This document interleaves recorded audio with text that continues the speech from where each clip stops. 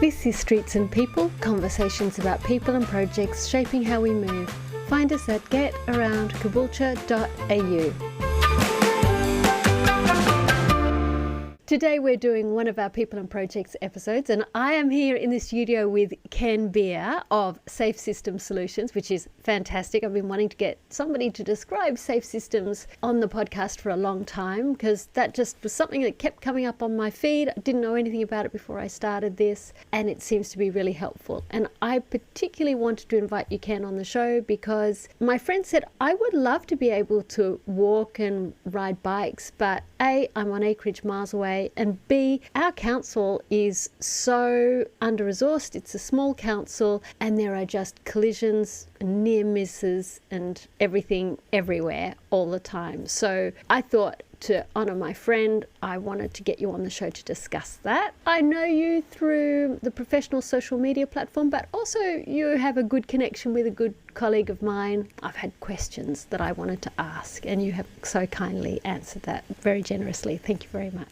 Thanks, Wendy. It's really wonderful to be on the podcast with you. I think you do fantastic work. I think it's really important that we continue these conversations to improve transport. And the questions you're already asking around different areas within Australia and the challenges that they face, I think are so important that we discuss evidence-based ways that we can reduce death and serious injury to the community and improve their lives through transport. I'm here on Gubbi Gubbi country in Queensland in Caboolture. And Kenn, whereabouts are you? I'm on Wurundjeri country in Melbourne. What made you interested in this whole area and why does it still matter to you today? I'll tell you a little bit of a story about that. After a brief stint in the high voltage electrical distribution area, I went into the Victorian government in the graduate program as an engineer. And it was in the roads department, so that's Vic Roads. I did a variety of roles there in the early days in maintenance of roads, development of projects, planning, statutory planning, development work, the delivery of some of the capital works upgrades, things like roundabouts, traffic signals, bike facilities. And then I moved around a little bit more and I went into the road safety department. And it was not something I knew a lot about, road safety. I thought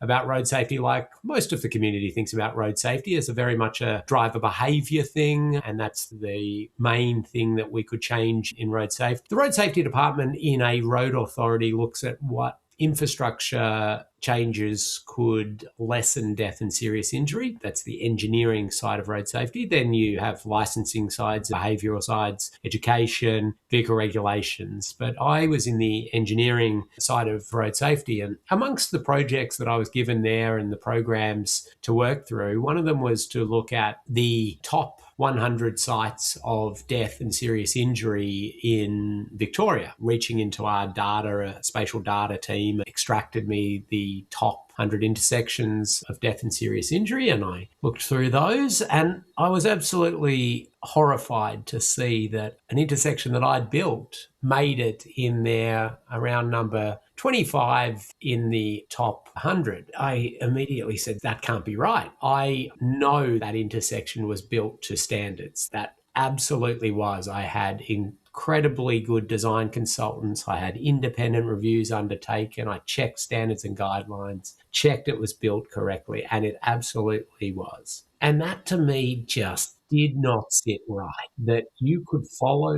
standards and guidelines, yet have a sizable amount of death and serious injury just continue there. And the idea to push all of that blame to the individuals using that intersection inappropriately as such just does not sit right with me as an engineer, really ethically as a human, that we would push responsibility to an individual like that. So it really then said to me that we need to do better. We need to start designing and managing our roads and streets beyond simply following standards and guidelines. And we also need to improve standards and guidelines to be more conscious of how people actually use these facilities and how they make mistakes and fail and how we manage those failures. And just around that time, the safe system philosophy was being introduced in Victoria where I was working. I'll give you a bit of the background of what the safe system philosophy is, because you'll see why it really resonated with me at that particular time. The safe system approach stems from Europe, and it really is a set of principles and ways of thinking about how we can lessen and eventually eliminate death and serious injury in road and street transport. It comes from a fundamental place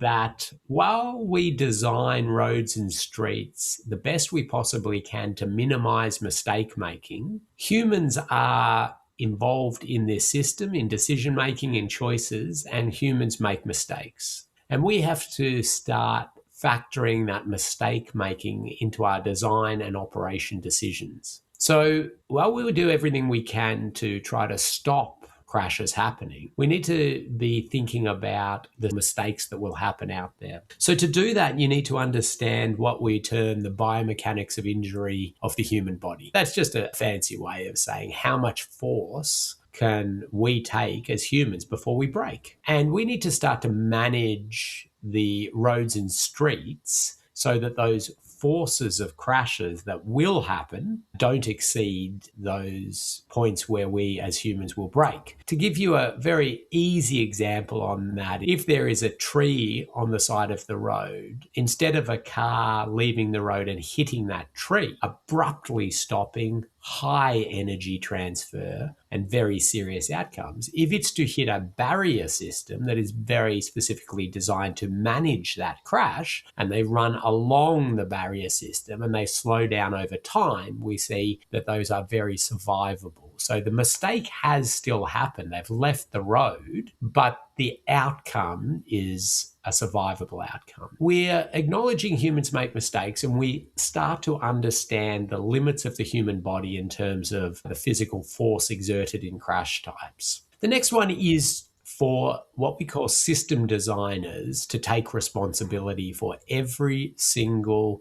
death or serious injury that occurs out there and not simply blame the individual that has made a mistake. This is very much classic safety culture theory. So in safety culture theory in any industry, you really think about going from a pathological safety culture, which essentially has an unsafe system, so it could be in a factory that's highly unsafe, then pushing the responsibility for safeties to the individual users of that factory. That's pathological safety culture. We elevate up from pathological to reactive to calculating, and we eventually get to what we call proactive safety culture in a safety culture ladder. And that's where we want to be with our road and street transport system. We want to be in the space where we as system designers take responsibility and we say we need to create environments where human mistake making does not result in death or serious injury. So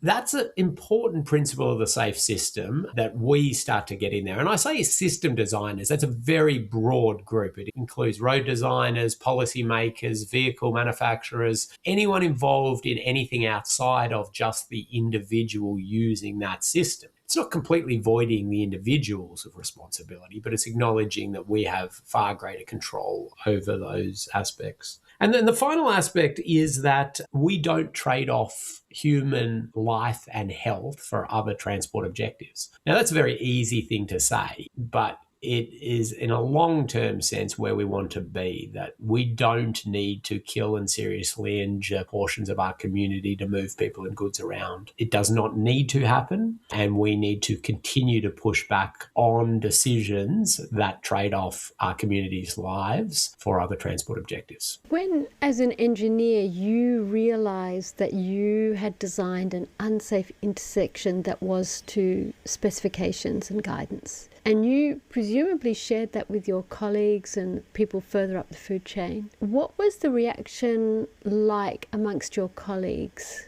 First of all, there was not surprise at that. Very much a culture within road authorities that you find a balance between safety and mobility. And you just find that optimal balance. And in a safety culture ladder, that really sits in the middle. there. It's not a complete pathological safety culture, but it's just finding the right balance of what the community will accept in terms of death and serious injury and moving essentially vehicles around as fast as you possibly can. That is a very stock standard way of operating. The complete legislative framework that we have set up is essentially there to back up that way of operating. From a legal standpoint, the Victorian government was absolutely fine in that intersection, and I personally, as a professional engineer, was absolutely fine. I followed standards and guidelines. People ran red lights, they sped, and as a result, all of the blame and responsibility goes to them. In that sense, the frameworks around it just continue for that to happen. So that's why the safe system was so attractive, to start the dialogue and the change in our industry, in the way we operate and think, to evolve us from that sort of stagnant point I felt we were at. The reason for having you on the show is because my friend said, I would love for my friends' kids to be able to ride to school. She's on acreage, it's not possible for her, but she says there are just prangs and near collisions everywhere. And the streets, I've been up to where she lives and it reminds me of the 1970s. And I think, wow, okay, here we don't have streets designed like that, but her council is much less resourced. I don't know how many traffic engineers and transport designers they have, fewer people, so therefore that's lower rates. Transport is a huge cost because road building is extremely expensive. So in that environment, tell me how the safe system solution could be applied. Those are very challenging environments. Across Australia, there are huge networks of roads and streets with very low traffic volume coming from councils and areas with low resident bases, so they don't have the funds coming in rates to give them the ability to do large capital works programs. And as you mentioned there, often they have very few resources within the local council that would be thinking about those particular aspects. Often we find that there's maybe one person that manages the football oval, the sewer and the roads, and they've got a huge amount to do, and thinking anything beyond just putting out the immediate fires is very challenging. There's a few things that we need to think about in those sorts of environments. And the first one is that there is funding available. And if local governments want to go for funding from the state or from the federal government, there are plenty of funding opportunities for infrastructure upgrades that improve safety. We've got the federal Black Spot program. There are state programs available to provide facilities for active transport and to provide road safety facilities. The challenge often comes to, okay, how are we going to put together applications for these, and how are we going to then deliver those if we are successful? So those are resource constraints. There are a variety of avenues, I feel, for under-resourced local governments to assist with that. The state and the federal government want to be investing in regional areas. They want to improve the safety of regional areas because regional areas are overrepresented in trauma rates. And the biggest reason they're overrepresented in trauma rates links me to my second point, and that is the speed of travel. So we do have large distances to travel in regional areas, especially in Queensland, in Northern Territory and Western Australia and parts of South Australia, regional New South Wales. These are very big road networks, long distances to travel. But as we get around townships, the continuation of the very high speeds is not as required and is the biggest factor in why we see that overrepresentation and why you're talking about your friends seeing a lot of these near misses and tragic incidents that happen out there. The higher the speed, the more chance there is for a crash. And when the crashes happen, the more severe they are. Now, the alteration of speeds is very contentious. However, it is highly effective in reducing trauma, and it encourages active transport modes. It provides safer environments. It provides lower noise. It provides lower emissions. It has so many benefits. And the only detractors really about lower speeds are travel time, but that washes down to very small amounts where you're within sort of 20 kilometers of areas. If you're talking about traveling 500 kilometers, it's more of an impact as you manage speed. But if you're talking about smaller distances, the actual percentage of increased travel time is very low. And then as soon as you throw in there any sort of intersection controls like roundabouts, traffic lights, traffic calming, crossings, you can pretty much take the speed limit out and you'll get the same travel times, because those things are the influence on the actual travel time through more urbanized areas. Speed is so powerful in terms of road safety outcomes, and it is something that can be altered at not the exorbitant cost of civil infrastructure. That's the question. They don't have a lot of money. They don't have a lot of thinking capacity, not because they're not clever people, but because they're flat chat doing other stuff and they're trying to cover quite a big area with very little resources. So what are some design features that would make a big change that are low cost? Maybe you don't get the grant funding because grant funding is difficult. Black spot funding is notoriously challenging. Step us through something small, and speed is very contentious. People just will arc up about that, particularly if they've done a lot of really high speeds getting between sites. Then it's just, I'm just going to go straight through it. Go through red light. You just said before, they go through red lights. There are infrastructure alterations and alterations to the road and street environment that can reduce trauma at lower costs. They usually do involve either making it clearer the path of travel or altering the speed at specific locations one way or another. So it may not be the speed limit that changes, but there may be physical things in the road environment that make people slow down. So just to give you some really clear examples of that, creating roads that are clear and readable can be quite helpful in terms of reducing death and serious injury. So appropriate guideposts, line marking and signage. Now, that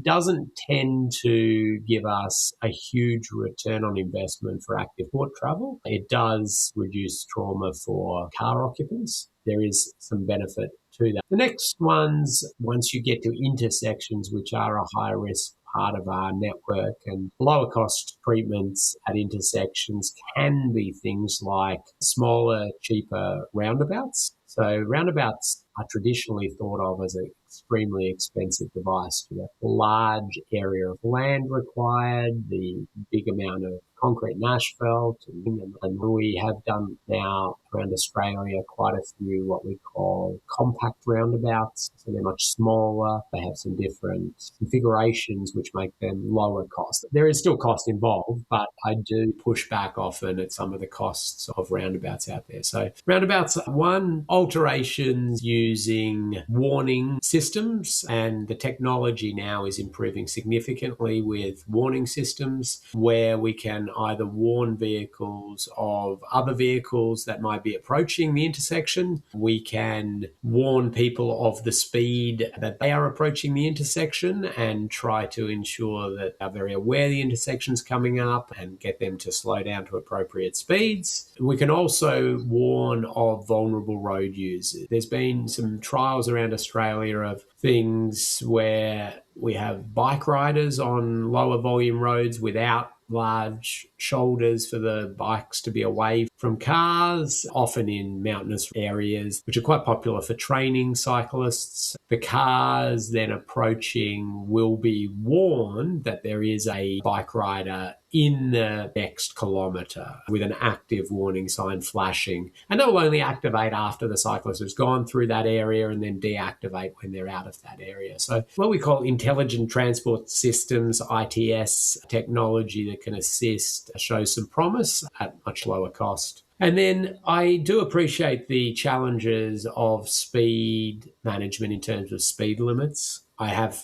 been in positions managing speed limits for different states and helping them set their guidelines. So there's two aspects to that. One is to say that the community plays a big role in this. And for people listening to this who may feel disempowered at the whole road safety space, you have a good voice, and it's not just to complain about things, it's to support things that are aligned with good practice and will make a difference. So when the local government manages to do something, adding your voice of support is a wonderful way to encourage more of that activity, and also to see you as a partner in improvement, as opposed to somebody who's against what the local government is doing or always complaining about particular sites. So I do often advocate for community members to keep an eye out for what the local government is doing, and then lend support for those that you believe in and you think are good. And that takes a little bit of extra effort to actually write and say, I think this is really good and I support it. Then it builds this wonderful dialogue and relationship where you can talk to them about areas that might need some improvement, and they're much more receptive to that. They will hopefully go to that extra effort because, as we know, they've got a huge to-do list, and how they make decisions on prioritising that will be up to them. And if you're able to constructively help them with some of those other ones and bring ones you're concerned with up higher on the list, I think that's a win all round. So with more and more utes, that's the number one vehicle that's bought these days. How are they impacting safe system designs and street design and the crash rates? So the vehicle fleet is always changing, and that's something that we as infrastructure designers and traffic engineers and operators of the roads and streets need to consider in our decision making. We don't have heavy influence on regulations around vehicle acceptance design rules and the like, but we do need to try to create road environments that continue to provide safety with whatever the fleet is that is out there. So we are seeing an emergence of taller vehicles. That's been coming along for the last 20 years or so. We have moved from a fleet of sedans to a fleet of small four-wheel drives, essentially, Ford Territory type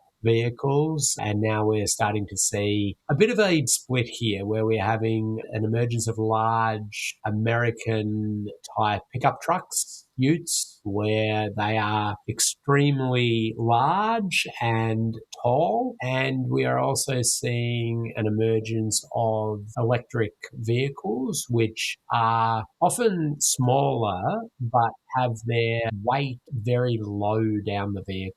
So their batteries tend to be at the bottom of the vehicle. So that presents us as infrastructure engineers with some challenges on a number of fronts. Traditional traffic calming devices, which I advocate for very strongly in urban areas, things like speed humps, raised crossings, speed cushions, and the like, those are less effective for the larger vehicles. They're able to navigate those with their big suspension at higher speed. So we're not getting as much benefit out of those. The other interesting one is around our road safety barrier systems, which are designed in a way that they capture the vehicle, and they are designed with a weight distribution for an internal combustion engine vehicle, essentially. So expecting the weight to be quite high up in the vehicle. Vehicles with a very low weight base tend to go under a lot of our barrier systems if they interact with them. But the other part that's less seen with these types of vehicles is the modern safety features that are in those vehicles. I look at these large pickup American style trucks and am just shocked at them. I have photos with my 7-year-old son standing next to it being completely hidden and the like. So I can see the fear in it, but I do know that those vehicles have more advanced safety features than a vehicle from 20 years ago that may be smaller, it may be easier to see pedestrians and the like, but the automated braking features, the warning systems and the like are far less. There is quite a bit of work happening from within Australia, but also within the US to understand the actual evidence behind this and understand what the genuine safety implications are. We, I think, are all quite scared and concerned just from the physical intimidation of some of these vehicles, but it would be good to see the actual outcomes. The question then becomes, what do we do about it? One way or another, this is a vehicle that we are going to have to deal with. There may be legislation changes that limit the amount, but we still will see vehicles coming into play. And what I think we can do is start to, again, advocate for appropriate management of speed through speed limits and the like. And yes, speed limits can be ignored at this stage. The technology is not stopping us mandating speeds within vehicles or being able to enforce and the like, but it's more the political will behind that as to whether anybody would want to individually monitor vehicles and enforce from that perspective. But we do know that the management of speed, even with these larger vehicles, is extremely effective, and we can create areas and environments that encourage or read as a much lower speed environment. We will see significant benefits. The other one is to create separation between vulnerable road users, which is what we would term pedestrians, cyclists, or people riding bikes, or walking, or scooting, or wheeling, and non-vulnerable road users being passenger vehicles, trucks, or the like. The term vulnerable road users is more of a technical term, and I know some people push back on the use of that term, which is understandable. It conjures up a particular image of this being a road user that is inherently vulnerable to things, but it is all just about the sort of physical force when incidents happen. I tend to see it as a positive if you take the mindset that we thus need to create environments that are more conscious of the forces and the vulnerability of that particular road user group. Separation then becomes an important one. It really does mean that if we can provide footpaths, parts of shoulders away from the higher speed traffic, or completely separated facilities for people on bikes or walking or scooting or wheeling, we see incredible safety benefits out of that. And you can create then those situations where larger vehicles can operate and people outside of vehicles can get around and be very safe as well. So say someone's junior in the transport team at council and they, like you, sit there going, oh lordy, how do we fix this? Because the community ring up and they go, this crash site, that crash site, it's always happening. Maybe there's only, 3 or 4 people working in the transport team as a whole.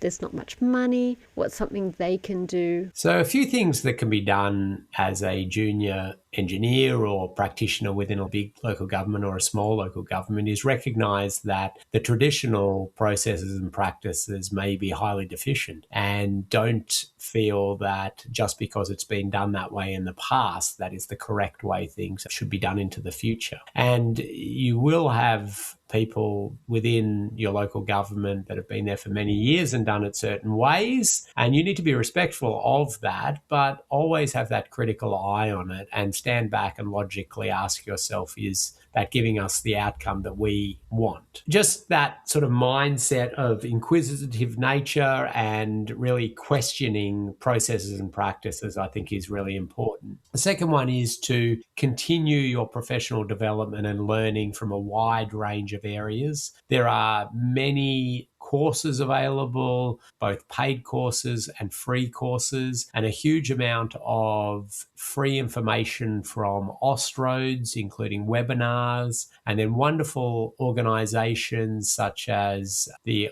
Australasian College of Road Safety that provide both free different bits of information or webinars or the like, and some paid stuff, but they have many different avenues of scholarships for especially local governments in regional and remote areas. They will provide funding for people to attend different conferences, seminars, and be active members. So building up that understanding and that network can be really helpful. What we've seen from across Australia and New Zealand is that local governments that have affected really substantial road safety gains, and these have been local governments in major cities, but in remote and regional areas as well, is that it is an individual with a passion and a dedication that has affected that change, and they've started the movement from within council. So you want to be building your understanding of how council operates, how things work, but be continuing to respectfully question why things happen that way and whether we could be moving things in slightly different directions. Then the myriad of different ways that we could actually physically change things or alter things can include the local area traffic management features, the speed changes, the adoption of new technology in the infrastructure, and lots of different separation facilities. So there's a lot there that can be done. There's also what we tend to refer to as pop-up infrastructure, which is where we deploy things like separated bike facilities or raised crossings in a nature that's not physical poured civil infrastructure, spike down curbing or more temporary looking features. And that can be a way that you can get it in for lower cost or alleviate some community concern by putting it out there as a 1-year trial, for example, and reassuring the community that if it's not giving the outcomes or significantly disrupting people, that it could be removed. And we've seen often that the fear of how some infrastructure may change people's lives does not often play out in the way that they expect it will, and they are very accepting of it after it's gone in. So that sort of trial to permanent can be a really effective way for us to start to improve. And that's actually the sort of thing that my friend, if she sees that and they've put in something temporary, to really say, congratulations, this is great stuff, thank you, staff. And councils really love to hear positive feedback. They get a lot of abuse, particularly councillors. I was really shocked at how much abuse councillors get and how much negative response. Oh, that's great, but could you do this? And I found myself falling into that. So I would discourage our listener from doing that, by the way. We're just about to wrap up. Is there anything else you would like to add before we close out? Well, I think I'm talking very much from the infrastructure engineer's perspective. I would be interested in your insights there, Wendy, from a wider perspective. In a whole lot of areas I am not highly skilled at, but understand how to work with community groups and local governments to try to nudge positive change forward. Do you have some tips? That's a great question, because one of my biggest frustrations is that I feel often council sees me as a hostile actor. I feel that they see me as adversarial. Maybe I wrote letters at the beginning when I was just starting going, can you get this fixed? Can you get that fixed? We've been going for a few years now and I've learned a lot along the way. But I actually think that when community groups, and I would even say residents who just say, I really want you to do this. I keep seeing this problem and I keep hearing these screeches and these prangs at this intersection. You can actually get them on side because they're there. They're on your team. I think one of the things that council doesn't realise is that community groups like ours are on your side. We're the ones going, we want change in the community. You want change in the community. We are on the same team. And I feel that council puts advocacy groups and community groups in the same bucket as the hostile general public. And it's just not the case. I think it's a different crowd. That's what I would say. I don't know. What do you think, Ken? I think you're absolutely right. And